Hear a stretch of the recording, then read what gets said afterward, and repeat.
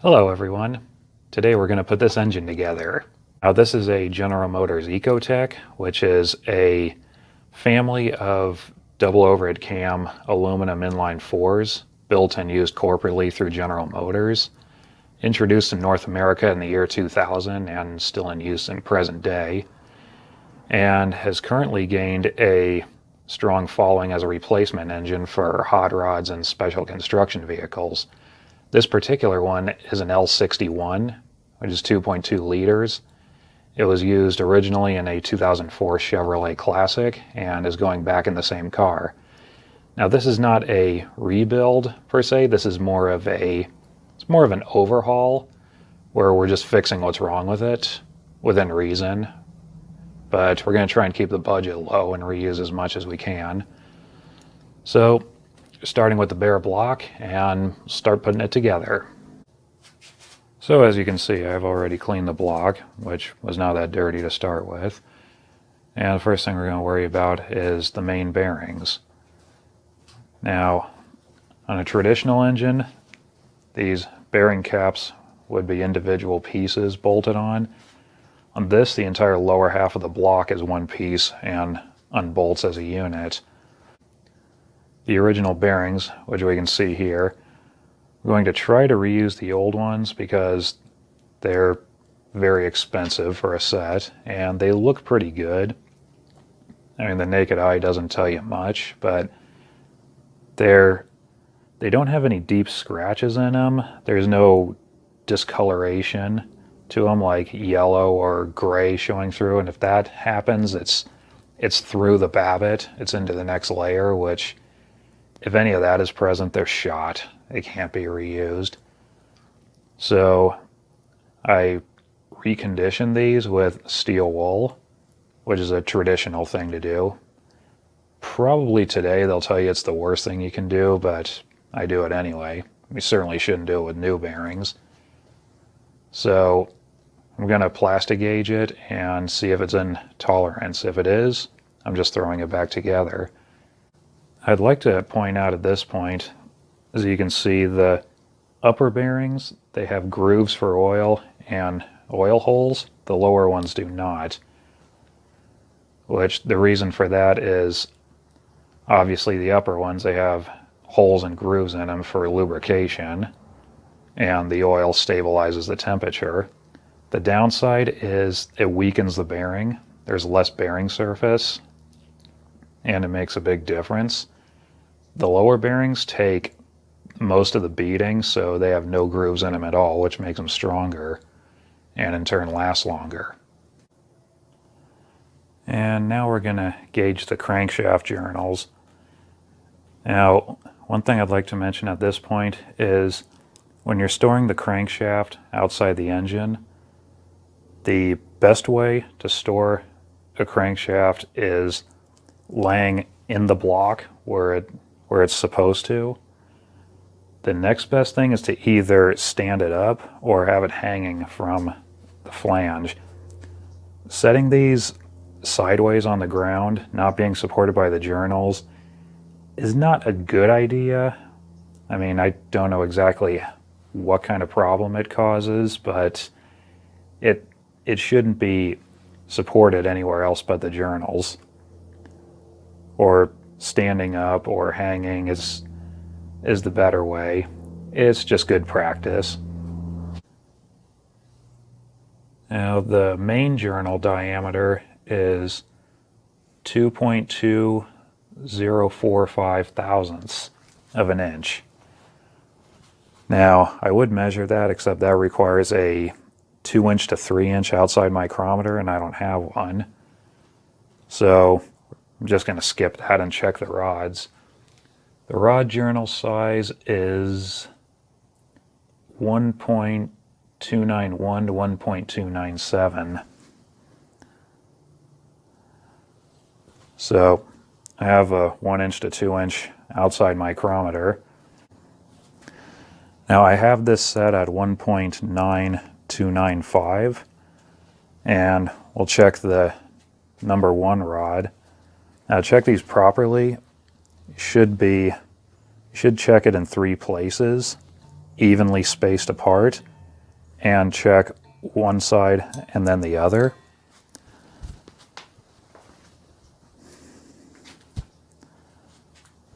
So let's just check it right here. It's pretty good. It looks right on target. They usually get out of round on the top and bottom because the top here takes the most of the beating. If it gets out of round, that's usually where it happens. So tighten it up to 925. And it's tight. 1/2,000th of an inch. And it's tight. It's pretty good. What we want more than anything else is consistency. We want it to be round. About the same there. Tighten it up a little. And it won't go 1/2,000th. So this rod journal anyway is pretty much like brand new. It doesn't really need anything. So we'll check the rest of them and see what we get. I measured all 4 rod journals and they're all within like less than 1/1000th of an inch with each other, and they're all, from what I'm using to measure, perfectly round. So that's very good news. So I'm assuming the mains are going to be the same way. Well, now it's time to assemble it.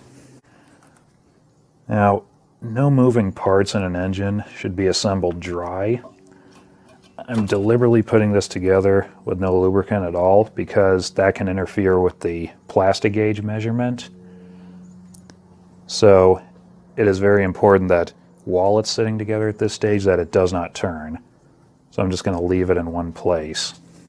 Now the gauge I'm choosing is, this stuff measures 1/1000ths to 3/1000ths, or 0.25 to 0.76 millimeters. Whatever you like best. The manual I'm working with measures it in thousandths of an inch. So we're going to go with that. Now normally in a traditional engine you gauge the main bearings individually, but since the caps are all one piece, we're going to gauge all of them at the same time. Now, as a general rule, traditionally the allowable clearance is 1/1000ths to 3/1000ths. 3/1000ths is kind of a gray area. Some books say that's the most you can go and still be safe. Some say it should be replaced at that point. So I forget off the top of my head what the repair manual for this engine recommends. So we'll look it up when we're done.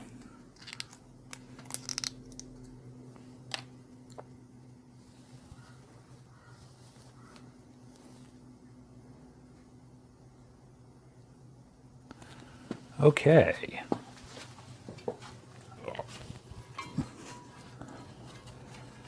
And now it's time.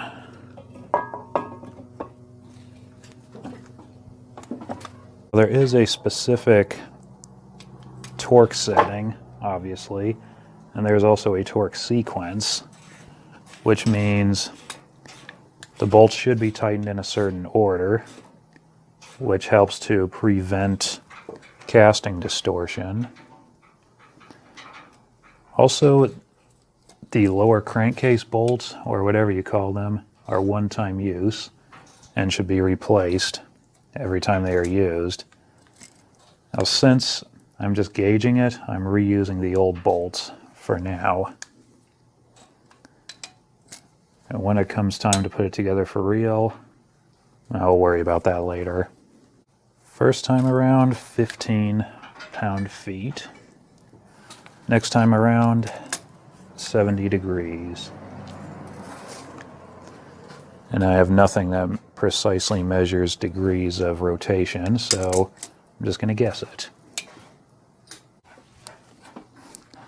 I don't know if this step is required just for measuring it, or if it's just to set the spring tension, but we're doing it anyway.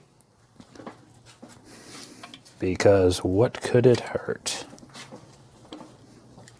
Now then, it is very critical that the threaded holes be clean, because a burred thread can affect the torque setting.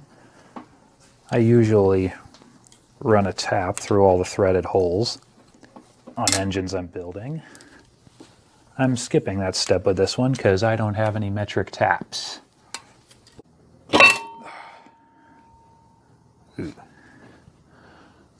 Oop, one bearing stayed on. So gauging the clearance, it's obviously not 0015.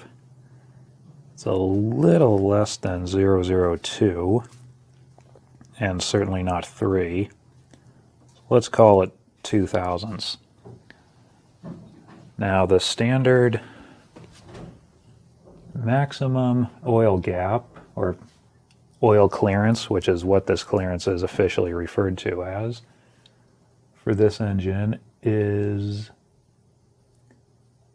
0026, which means 2 thousandths and 6 ten-thousandths of an inch. This is 2 thousandths, which means it's 6 ten-thousandths smaller than the maximum clearance, which is within specifications, so we're putting it back together that way. Now, like I said, these bolts need to be replaced. So I drove down to my friendly Chevrolet dealer, and they said, "What on earth is a Chevrolet Classic?" But after a little talking, I managed to find these, and they'll be here in 3 days.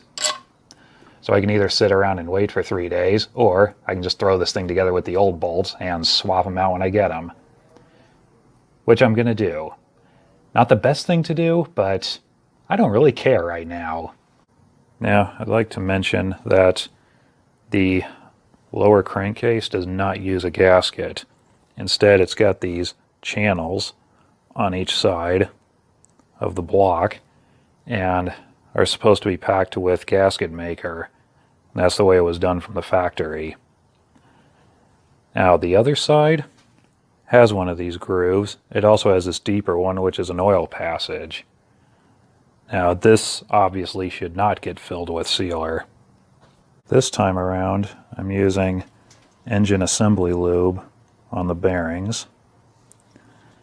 Now, the theory behind assembly lube is it's a little thicker than the engine oil it's supposed to use, which will compensate for the tight clearances of new parts and for the cold startup when it has little or no oil pressure. Since these bearings are used and the clearance is already worn into them, arguably you can use regular engine oil, or some people assemble new ones with engine oil. It's all worked in my experience. The big thing you really don't want to do is, well, the two big things you really don't want to do is you don't want to put them together dry, and you don't want to use anything too heavy. Like some people I've heard use wheel bearing grease on this stuff. That is really bad. That can gum everything up. So when in doubt, as a general rule, just look at what it's supposed to have normally. Whatever kind of lubricant that is.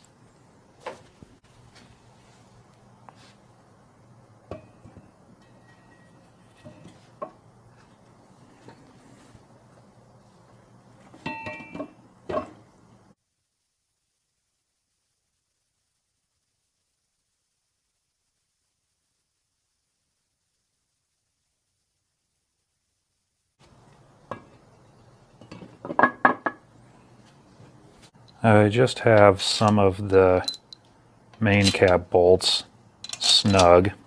I'm not going to torque them down. These smaller bolts at the end I will, because I don't plan on taking them back out. And is there one missing? Oh, there it is.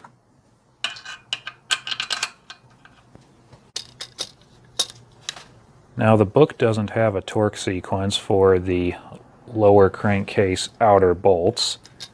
It just reads start in the middle and work your way out. And one step all around at 18 pound-feet of torque. With the crankshaft done, well, done for now anyway, it's time to work on the pistons and rods. Now the cylinder walls did have some glaze to them. The inside was reflective, which is from wear. It also had a slight ridge up top. I went over this with a cheap hone and a drill motor, and most of the glazing came off. It's still got a little bit of a ridge. Well, you can't even feel it on this one, but I took out most of it. And it's got the machine-like surface now that the rings will seat to really well. If it's too rough, the rings won't work properly, and if it's too polished, the rings won't work properly either. So this is optimal right here. And the bores are pretty good all around. There's no deep shadows in them or anything. There's just a little bit at the top where the ridge was. And I'm not too worried about it because I've put together worse ones than this and they work. So the piston clearance is a little bit much. It's about, well, it's 3 to 4 thousandths depending on the cylinders, and that's about 1,000th over maximum.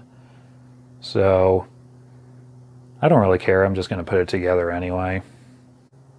Now in a perfect world, when the bore is beyond maximum clearance, the thing to do is get a set of oversized pistons and bore it the next size over.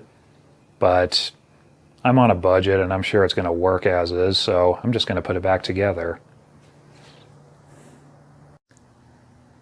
Now here we see 2 pistons. This one obviously is number 1, has already been cleaned and ready to go. This one obviously has not. This shows you the massive amount of carbon buildup this engine had when I took it apart. And this is pretty rough carbon. It's stuck on there good. This is like some engine from the 60s almost. Now when cleaning these, obviously you got to get the carbon off of all this stuff, but very importantly, the grooves where the rings go, carbon builds up inside of there, and it's important to get that out. And it was a mess getting it out of these. It's 3 grooves, but absolutely necessary. Now, another thing I'd like to mention is on this particular engine, the wrist pins, as you can kind of see, there's this ring inside of here, which holds the pin in. This is called a full floating pin. It's not held secure to either the piston or the rod. It's free to turn on either one. And it has the 2 rings that hold it on. This is like a Model A or a 331 Cadillac. Very traditional. Kind of pricey to build, but very user-friendly, which I'm surprised to see in this engine. Normally, engines like small block Chevys, stuff like that, the wrist pin will be an interference fit on the connecting rod, and they'll be pressed in, which is simpler and is cheaper to make. The problem is not very good for the do-it-yourselfer. They require a special press, a special set of tools, and a special technique. And if they're not done just right, you can break the piston or bend the rod, or if the pin's not seated right, it can walk out and destroy the cylinder walls. I'm not making this stuff up. I've seen it happen on other engines. So long story short, you're at the mercy of your local machine shop if you have one. But these, you just pull the ring out and the whole thing comes apart, which is very convenient. So it's time to put the piston rings on. Now, at this point I'd like to talk about parts. Now, there are cheap components out there for this engine because of its high production and high popularity, but quality and consistency, well, I don't know one from another. This is the first one I've ever worked on, so I'm going with brand names that I've used before and trust, like the piston rings. I got them from Sealed Power because I've built other engines with those, and I've had very good results with them. They're not the cheapest, but they do work.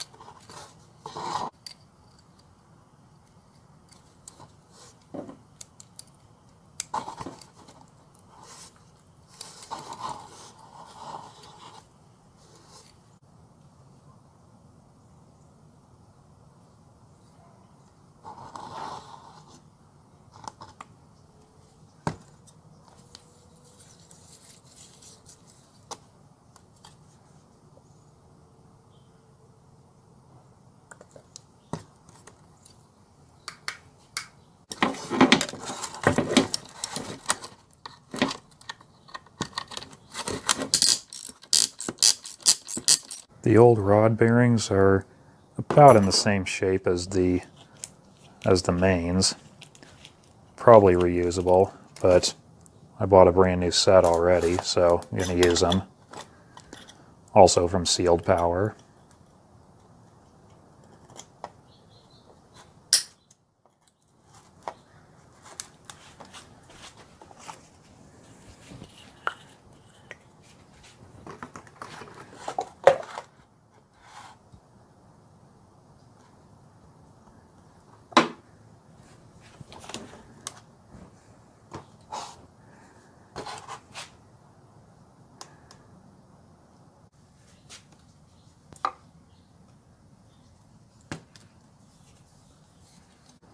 I don't know if I've mentioned it or not, but these pistons are marked which way is forward, which is important.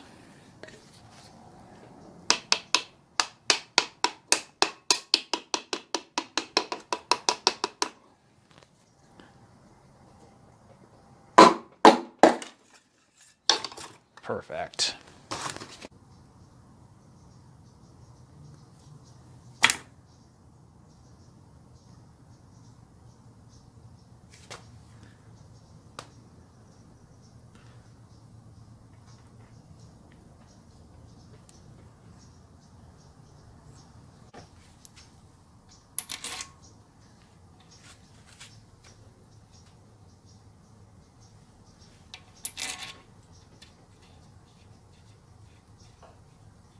This is the number 4 connecting rod. Now, I'd also like to point out that the connecting rod also has a front and a back. There's no specific marking as to what's what on this one, but the way I figured it out is the front has more script on it than the back. It has it in 3 places here and only 1 place here. Also, the front has these little grooves in the wrist pin bushing and not on the back.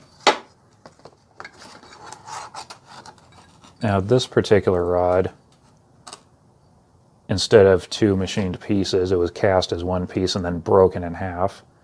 This is actually a very old technique. This goes back to probably before the 20s, I know. And it's deliberately made that way so it can't be installed in any other way. Now, in spite of this, when you're putting it in the engine, you should put the cap down and remember what direction it goes on, because playing trial and error when it's in the block is pretty difficult. So better if you memorize it first or even mark it from the outside. Now, one big problem I've seen in past experience with connecting rods is some people, when they rebuild an engine, they'll put the cap on and torque the bolts down to measure the diameter or to to rebuild them, rebore it. And there's nothing really wrong with that, but the problem is when you torque it down, usually it's clamped in a vise or something like that, but if you're going to grip it, it's better to grip it where the crankshaft would hold it, which is right here on the thrust. Preferably with really soft jaws, something that's not going to destroy the thrust surface. The big problem I've seen is some people, they'll grip it down here on the vise or even down here somewhere. And what happens with that is when you're torquing the bolts here and it's being held here, the rod can twist. Not enough to be noticed, sometimes enough to be noticed, and the further away it's being held, the more it's prone to it. And what happens with that is the wrist pin and the rod journal are not parallel, which they should be. They should run exactly parallel with each other because they both turn in the same direction. If this is off, what happens is the wrist pin will start walking out. And even though this has a ring on each side to hold it, that's just to discourage it from moving around. But if there's an actual force holding it, that ring won't be enough, and the pin will walk itself out, and you'll just dig a groove in the cylinder wall and ruin the block, or at least ruin the bore. And it also depends on how twisted it is, but if you've come across that problem, check to see if these are twisted. And it's just good practice to look them over when you get a set. Also, these rods are balanced from the factory in sets for the engine. Now, as a general rule, if you're going to replace one, you replace all of them. You buy 4 new ones from the same source, or if you're putting a used one in, you get a set out of an engine, a complete set. If you just replace one, usually what happens is it'll have a shaking or vibrating in it at certain RPMs, and no one will be able to figure out why. It's very critical that these are balanced with each other because it handles both rotating weight and reciprocating weight. It's another day. I have installed all 4 pistons and connecting rods and discovered a new problem. The connecting rod bolts are also one-time use and need to be replaced, so I need to take another trip to my friendly Chevrolet dealer and get these. Except it's Sunday, so the parts department is closed. Now, I'm still waiting on the lower crankcase bolts, so I've gone as far as I can with the block for now, so I'll pull something else out to ruin or rebuild, like the cylinder head. And we'll do that in the next episode.